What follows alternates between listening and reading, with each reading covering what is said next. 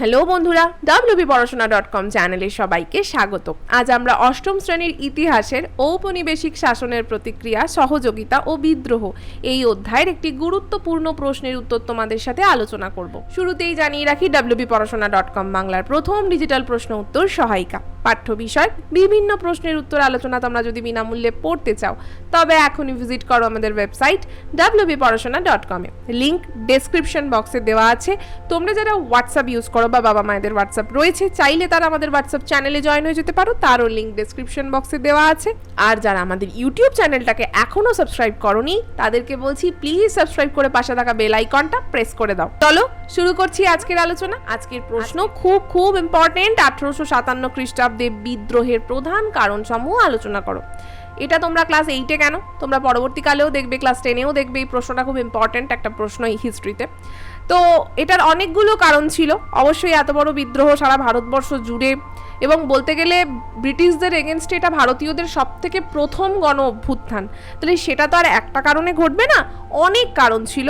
মানে বলতে গেলে দীর্ঘ 100 বছরের ঔপনিবেশিক শোষণ, অত্যাচার, বিভিন্ন রকমের ক্ষোভ একসাথে পুঞ্জীভূত হয়ে বহিঃপ্রকাশ হয়েছিল এই সিপাহী বিদ্রোহ বা মহাবিদ্রোহের মাধ্যমে।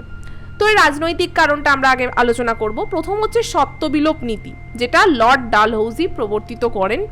এই নীতির মাধ্যমে ঝাঁসি, নাগপুর, সাতারা বিভিন্ন দেশীয় রাজ্য তারা অন্যায়ভাবে ব্রিটিশ সাম্রাজ্যের অন্তর্ভুক্ত করেন। এই সত্যবিলোপ নীতিতে কি ছিল, যে কোনো রাজার যদি উত্তরাধিকারী না থাকে, অর্থাৎ পুত্র সন্তান না থাকে, সেক্ষেত্রে তার সম্পত্তি বা তার পুরো সাম্রাজ্য ব্রিটিশদের হাতে চলে যাবে। মানে কি ভয়ঙ্কর নিয়ম। এরপরে আসছি অযোধ্যা অধিকার ও উপাধি লোপ। কুশাসনের অজুহাতে ডালহৌসি অযোধ্যা রাজ্যটি দখল করে নেয়। মানে কোনো কারণ নেই, ইংরেজদের মনে হলো যে শাসন ঠিকঠাক হচ্ছে না, তাহলে তোমাকে আর শাসন করতে হবে না, আমি নিয়ে নিচ্ছি। ব্যাপারটা এরকম। পেশোয়া দ্বিতীয় বাজিরাওয়ের দত্তক পুত্র নানা সাহেবের বাৎসরিক ভাতা তারা বন্ধ করে দেয়। এর ফলে দেশীয় রাজন্যবর্গ, তাদের প্রজারা ব্রিটিশদের উপর ব্যাপক ক্ষেপে ওঠে। এরপরে অর্থনৈতিক কারণ। তো অর্থনৈতিক শোষণ ছিল মানে একটা ভয়ঙ্কর ব্যাপার। মানে এই ব্রিটিশরা এসেই ছিল অর্থনৈতিক শোষণ করতে। প্রথম কথা, তারা এসেছিল বাণিজ্য করতে। বাণিজ্য করতে গিয়ে দেখলো, বাবা এ তো অনেক সম্পদ, গোটা ভারত জুড়ে ছড়ানো, তাহলে এই সম্পদ কি আর ফেলে রাখা যায়, এসব আমাদের। এবার কি করলো, ভারতবর্ষের মানুষদের মধ্যে সেই পরিমাণ সচেতনতা ছিল না, কোথাও কোনো ইউনাইটেড ভাব আমাদের মধ্যে সেই অর্থে ছিল না। তো তারা কি করলো, এই জায়গাটাকে কাজে লাগালো। দিয়ে কি করলো, বিভিন্ন রকম নীতি প্রণয়ন, তারা আস্তে আস্তে বিভিন্ন রাজ্যকে দখল করা। যেমন আমাদের এখানে পলাশির যুদ্ধ হয়, সেই সময় থেকে আস্তে আস্তে একটা একটা করে রাজ্য তাদের দখলে যেতে শুরু করে। এবং তারপর থেকেই চিরস্থায়ী বন্দোবস্ত, রায়তোয়ারি সিস্টেম, এই সমস্ত করে কি করে, যে কৃষক, অর্থাৎ যে কৃষি ব্যবস্থায় তখন মূল মেরুদণ্ড ছিল অর্থনীতি, সেইটাকে ভেঙে দেয়। কৃষকরাই যদি খেতে না পায়, দিন রাত অত্যাচার, প্রচুর পরিমাণ করের বোঝা, তাদের বাড়ি পুড়িয়ে দিচ্ছে, তাদেরকে তুলে নিয়ে গিয়ে মারধর করছে, মানে যা খুশি তাই করছে, তাহলে সেই দেশ আর কিভাবে এগোবে। তারপর হচ্ছে দেশীয় শিল্প। তখন কুটির শিল্প আমাদের দেশে কিন্তু একটা ব্যাপকভাবে ছিল। সেই সময় বাংলার তাঁত ভীষণ বিখ্যাত ছিল। কিন্তু ইংল্যান্ড কি করলো, তাদের সেই সময় শিল্প বিপ্লব হয়েছে, তো সেখানে অনেক সস্তায় কাপড় তৈরি হচ্ছে, এবং সেগুলো আরও ফাইন কাপড়, মানে মোটা কাপড় না, আরও পাতলা কাপড়, আরও থিন, আরও সুন্দর, গায়ে পরলে আরও বেশি আরাম। তো সেই কাপড়গুলোকে কি করলো, কম দামে ভারতবর্ষের বাজারে বিক্রি করতে শুরু করলো। এবার মানুষ এমনিই খেতে পায় না, সেই গরিব মানুষ সে তখন দেশের কাপড়ের কথা চিন্তা করবে নাকি সে কম পয়সায় কাপড় পেয়ে যাচ্ছি সেই চিন্তাটা করবে। স্বাভাবিকভাবেই মানুষ কম পয়সার জিনিসের দিকে ছুটলো, এবং সেটা বিদেশি জিনিস, সেখানেও একটা অ্যাট্রাকশন ছিল।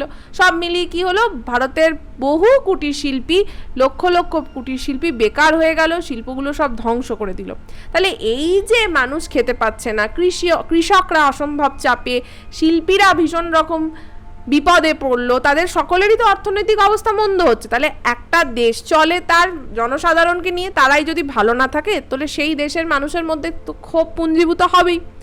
এরপর আসছি সামাজিক বা ধর্মীয়করণ, যে কারণটা একদম ফাইনালি, মানে বলতে গেলে কফিনের শেষ পেরেক পোতে, সেটা হচ্ছে পাশ্চাত্যের সামাজিক সংস্কার। প্রথম কথা, সেই সময় বহু আইন পাশ হয়, যে আইনগুলো হয়তো আজকের দিনে দাঁড়িয়ে আমাদের মনে হতে পারে বাহ খুব ভালো করেছিল ব্রিটিশরা।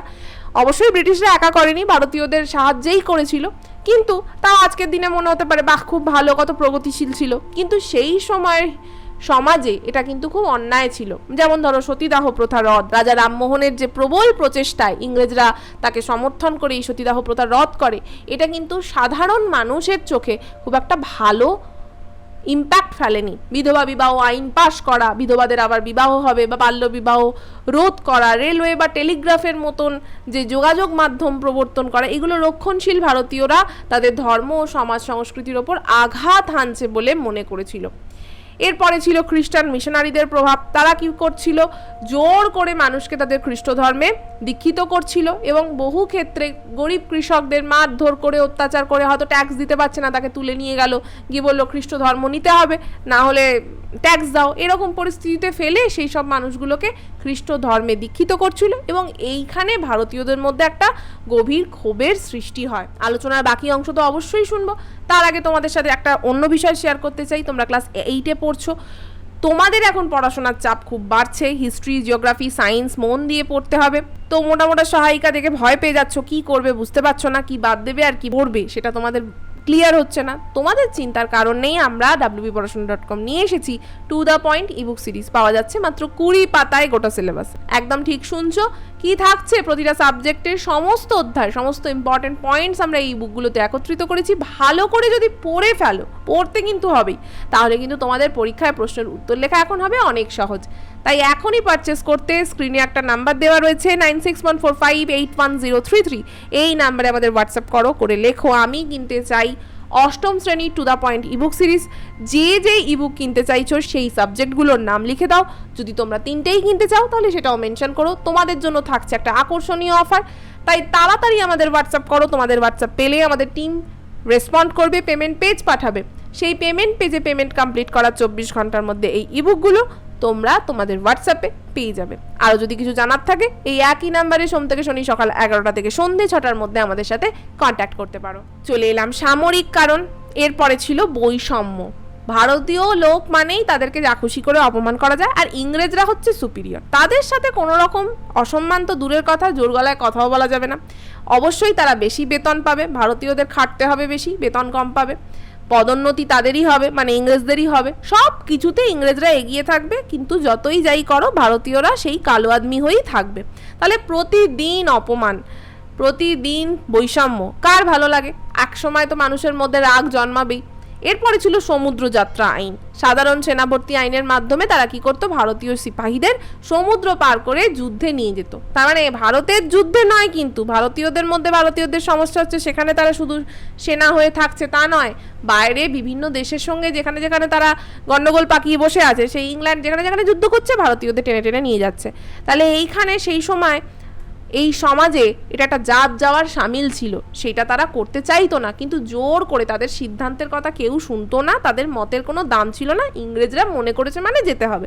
তাহলে এই এত কিছু হতে হতে হতে হতে একটা মানে রাগ, ক্ষোভ, দুঃখ এইসবের চূড়ায় বসেছিল ভারতীয়রা। এরপরে একটি ঘটনা ঘটে যাতে এই যে আগুনের স্ফুলিঙ্গ পুরো যেন সব জ্বালিয়ে দেয়। সেই প্রত্যক্ষ কারণটা হচ্ছে এই সেনাবাহিনীতে হঠাৎ করে এনফিল্ড রাইফেলের প্রবর্তন হয়। এবার হঠাৎ করে গুজব রটে যে এই রাইফেলের টোটা বা কার্তুজের খোলসটি গরু ও শূকরের চর্বি দিয়ে তৈরি করা হয়েছে। এটা ব্যবহার করার আগে দাঁত দিয়ে কাটতে হতো।